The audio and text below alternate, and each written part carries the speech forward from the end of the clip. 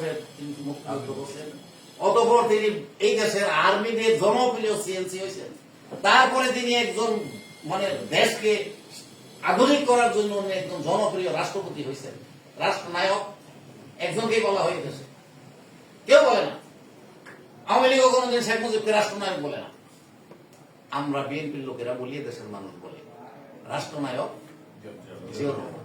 উনি রাষ্ট্রনায়ক ছিলেন এবং জনপ্রিয় একটা দল উনি গঠন করলেন, বিএনপি। বাংলাদেশে 53 বছর ইতিহাসে আপনারা বলেন বিএনপি জনপ্রিয় দল কি দেশ আছে? বিএনপি জনপ্রিয় দল। হ্যাঁ, ভুল ত্রুটি থাকতে পারে, মানুষ কোনদিন ফেরেশতা না। আমাদের বিএনপি আমাদেরও ভুল থাকতে পারে, হ্যাঁ ভুল থাকতেই পারে, কিন্তু কম্পেয়ার করলে দেখা যাবে যে বিএনপি বাংলাদেশের সবচেয়ে জনপ্রিয় দল। তো এই যে একটা জনপ্রিয় দল যিনি মানে বানায় রেখে গেলেন এবং তার জীবনের এই ইতিহাসগুলি, তো এইগুলি স্বাধীনতা 53 বছরে আমাদের ঐতিহ্যের মধ্যে তো ইতিহাসগুলি জড়াই গেছে এবং স্বাধীনতা 53 বছরের মধ্যে বাংলাদেশের সবচেয়ে গুরুত্বপূর্ণ সৃষ্টি বিএনপির জন্ম। কেন কেন বলে দিই, বিএনপির যদি জন্ম না হইত তাহলে আপনার একদলীয় শাসন থেকে বহুদলীয় গণতন্ত্রে যিনি নিয়ে গেলেন এটা শহীদ জিয়া, তিনি বিএনপির প্রতিষ্ঠাতা। বিএনপির প্রতিষ্ঠাতা এবং বিএনপি প্রতিষ্ঠা করার পর এ দেশে যতবার গণতন্ত্র অক্ষুণ্ণ রয়েছে এটা শুধু বিএনপির কারণে রয়েছে, আর কোন দলের কারণে রয়ে না। আমি আপনাদের প্রমাণ দিয়ে দিই, বাক্সা তো গেলই, ওটা তো মানে শেষ হয়ে গেল। এরপরে যখন এরশাদ সাহেব আসলেন, এরশাদ সাহেব দেশে গণতন্ত্র, এরশাদ সাহেবের আমদানি ছিল কিন্তু মাসেল রাজনীতি, গণতন্ত্র এবং কালো টাকা, এই তো এরশাদ সাহেবের দেশের আমদানি। তারপর উনি আপনার 10টা বছর আমাদের নেত্রী বেগম খালেদা জিয়া, দেশ নেত্রী যে আন্দোলনটা করলেন এই স্বৈরাচারকে পতন দিলেন, এই স্বৈরাচারকে পতনের জন্য খালেদা জিয়া বিএনপি নেত্রী হিসেবে আন্দোলন করেন নাই, উনি আপসীর নাম পাইলেন এই আন্দোলনটা করে। তো বিএনপি তো তাহলে গণতন্ত্রের জন্য আন্দোলন করলেন, আর গণতন্ত্রটা হত্যা করলেন কে? তাহলে 16 বছর গণতন্ত্রকে হত্যা করলো কারা? রাতের ভোট দিনে নিল, দিনের ভোট রাতে নিল কারা? দামি নির্বাচন করলো কারা? বিনা প্রতিদ্বন্দ্বিতায় 153টা এমপি নির্বাচন ছাড়া। কেন?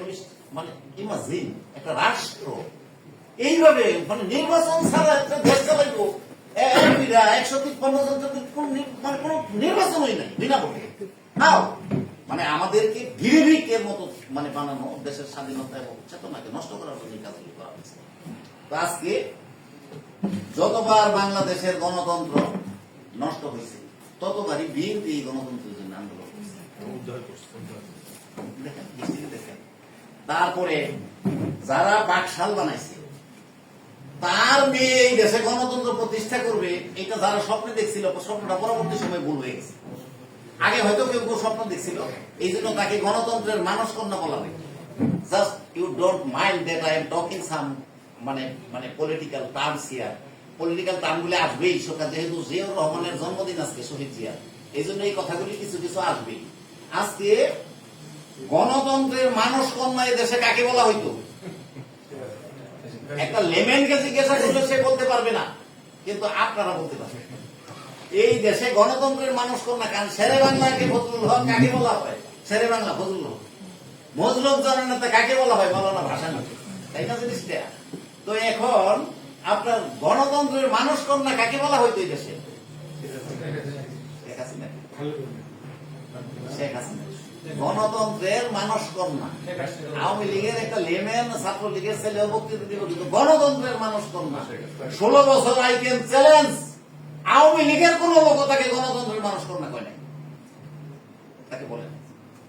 নিজে নিজে গণতন্ত্র থেকে সে আত্মহত্যা করছে অনেক আগে, কারণ সে গণতন্ত্র নষ্ট করছে, উনি গণতন্ত্রের মানুষ কন্যা হয় নাই।